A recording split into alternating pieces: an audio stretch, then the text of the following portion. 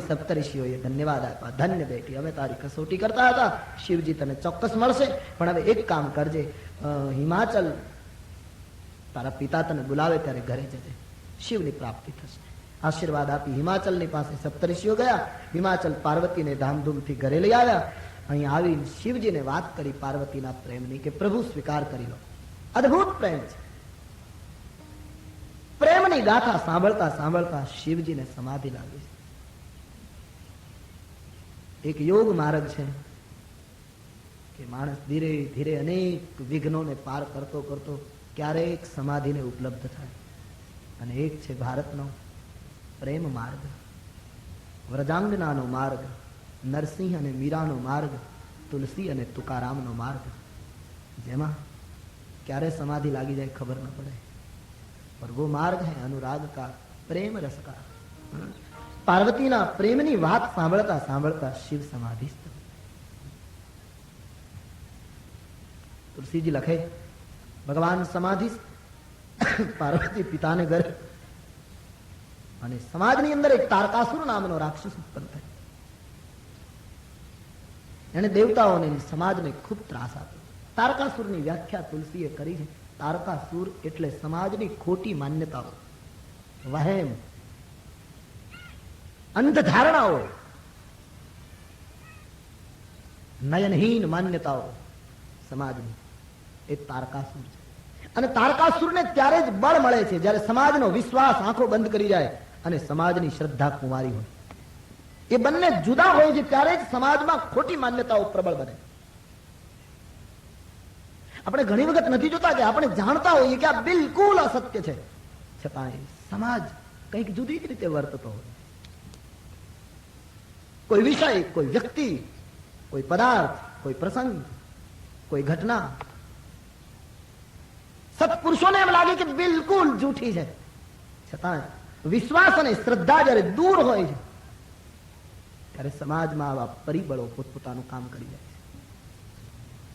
અને એને ખલાસ કરવા માટે શ્રદ્ધા અને વિશ્વાસનું જોડાણ પછી વ્યક્તિ જીવન હોય, રાષ્ટ્ર જીવન હોય કે વિશ્વ જીવન હોય, એમાં અવશ્ય જરૂરી છે. તારકાસુરે બહુ ત્રાસ આપ્યો એવું લખ્યું. વહેમ, ખોટી માન્યતાઓ સમાજમાં ફાલિત થઈ. દેવતાઓ ત્રાસી ગયા. પિતામહ બ્રહ્માને ફરિયાદ કરી કે આ તારકાસુરનો નાશ કેમ થાય? કહ્યું કે એક જ રીતે થાય, શંકરના લગ્ન થાય, શિવ અને પાર્વતીના જોડાણ પછી જે તત્વ જન્મે એ જ આ માન્યતાઓને હણી શકે. બોલે શિવજી તો સમાધિમાં છે.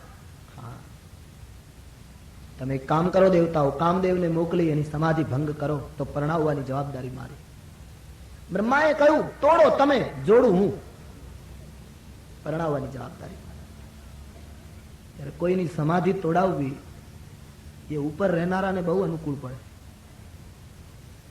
દેવતાઓ તુરંત તૈયાર થયા. કામદેવની સ્તુતિ કરી. કામદેવ ધનુષ બાણ લઈને પ્રગટ થયો. કહ્યું કે શિવ સમાધિ તોડવા માટે જાઓ રસાલાની સાથે. કામદેવ ધરતી ઉપર.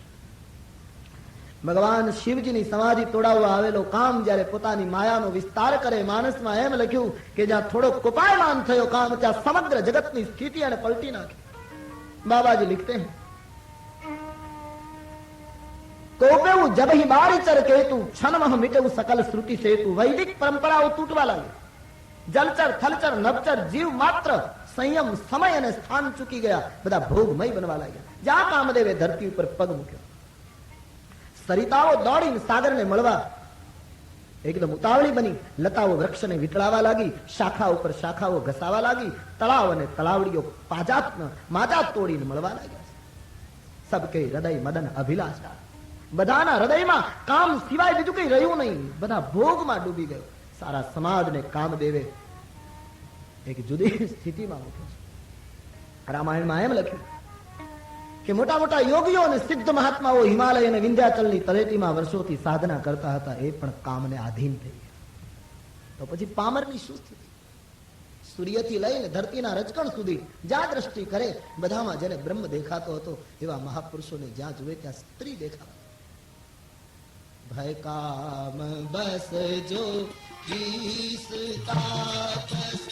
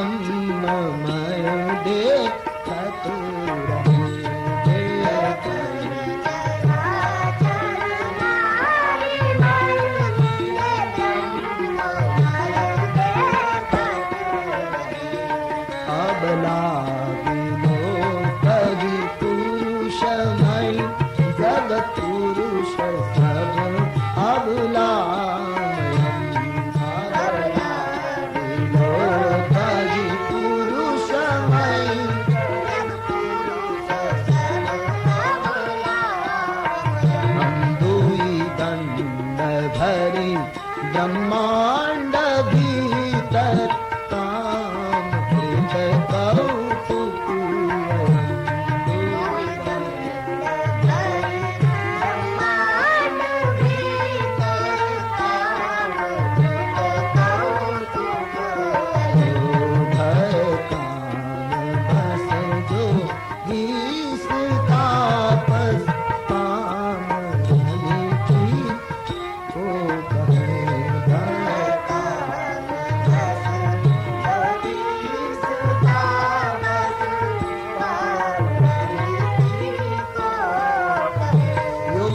तपस्वियों काम ने आधीन थया। भरद्वाज जी याज्ञवल्क कह रहे हैं पामरनी शू गणतरी समाजनी तमाम स्त्रीओ जगतने पुरुषमय निहाळवा लागी અને સમાજના બધા પુરુષો જગતને કેવલ નારીમય નિહાળવા આવો કામનો જાપતો ગોઠવાઈ ગયો। કોઈ બચો નહીં માનસકાર કહે ધરીન કાહુ ધીર સબકે મન મન સીજ હરે। બધાના મનને કામદેવે ખેંચી લીધા, હરી લીધા, કોઈ ધૈર્ય ન રાખી શકે। લખ્યા પછી ગોસ્વામીજીને વિચાર થયો કે મેં તો બધાને હોમી દીધા, કોઈ બચ્યું નહીં આજ કામથી। પણ પછી લખ્યું જેહી રાખે રઘુવીર સૌ ઉબરે તેહી કાલમાં। જેટલાને રઘુવીરે બચાવ્યા એટલા તે દિવસે બચેલા, બાકી બધા જ ઈશ્વરનો અનુગ્રહ જેના ઉપર ઉતર્યો એટલા બચ્યા, બાકી બધા જ ડૂબ્યા। અને વાત એ સાચી, ઈશ્વર બચાવે તો જ બચાય। યોગ ક્ષેમ વહામ્યહમ, સાધકના યોગને પણ હું ઊંચે ચડાવું છું અને પછી ત્યાં નિર્વાહ પણ હું જ કરું છું, નહીતર ક્યારે પડે શું ખાતું। આ ભીષણ કાળમાં ઈશ્વર બચાવે તો જ બચી શકાય, બાકી ભલભલા પડે છે। તો કામનાના પ્રાબલ્યથી એટલા લોકો બચાય એ કાળમાં જેટલાને પ્રભુએ બચાવ્યા। बहुत अच्छी बात है। भगवान वेद व्यास जी नो प्रसिद्ध प्रसंग है। व्यास भगवान शास्त्र लखावे छे समाधि में, एक बाजू गणपति एक बाजू एमना पट शिष्य महर्षि जयमुनि बैठा है। शास्त्र नु लेखन चाले छे। समाधि में ईश प्रेरणा थी जे मंत्रो वहे छे बन्ने जण लखे छे। एक दिवस व्यास जी एम बोल्या, बहु शू आ देशना ऋषिओए भारतनो विश्व मानवनो આગળથી વિચાર કરેલો, ભવિષ્યનો વિચાર કરીને ભગવાન વેદવ્યાસજી એમ કહ્યું કે માં હોય, પુત્રી હોય કે બહેન હોય, એની સાથે પણ વિદ્વાન માણસે કામ કરતા વધારે સમય એકાંતમાં ન રહેવું। કારણ ઇન્દ્રિયો એટલી બળવાન છે કે ક્યારે ડાયા માણસને પણ પકડી લે। આવું સૂત્ર પોતાની માતા, પોતાની બહેન, પોતાની પુત્રીની સાથે પણ સમજદાર માણસે વધારે પડતું એકાંતમાં નહીં રહે। બહુ આગળનો વિચાર કરીને વ્યાસજી બોલ્યા, વિદ્વાનને પણ ખેંચી લે, ભાન ભૂલાવે। ગણેશજીએ લખી નાખ્યું, જયમુનિએ ઇનકાર કર્યો છે, મહારાજ હું આ સૂત્ર નહીં લખું, આ તો અપમાન છે મહારાજ, આ ઠીક નથી। બહેન, પુત્રી અને માની સાથે પણ એકાંતમાં રહેવાથી વિદ્વાનની બુદ્ધિ જો બગડતી હોય તો એને વિદ્વાન કહેવું જ કેમ? આ સૂત્ર ઠીક નથી મહારાજ, આ તો સંસ્કૃતિના માટે એક મોટી આલોચના છે પ્રભુ, આવું ન બની શકે, એ કેમ શક્ય બને? બોલે આંખ ખોલી નાખી વ્યાસજી, આ મેં નથી લખાયું, અંદરથી જે ઉઠ્યું છે કહ્યું લીખ લો।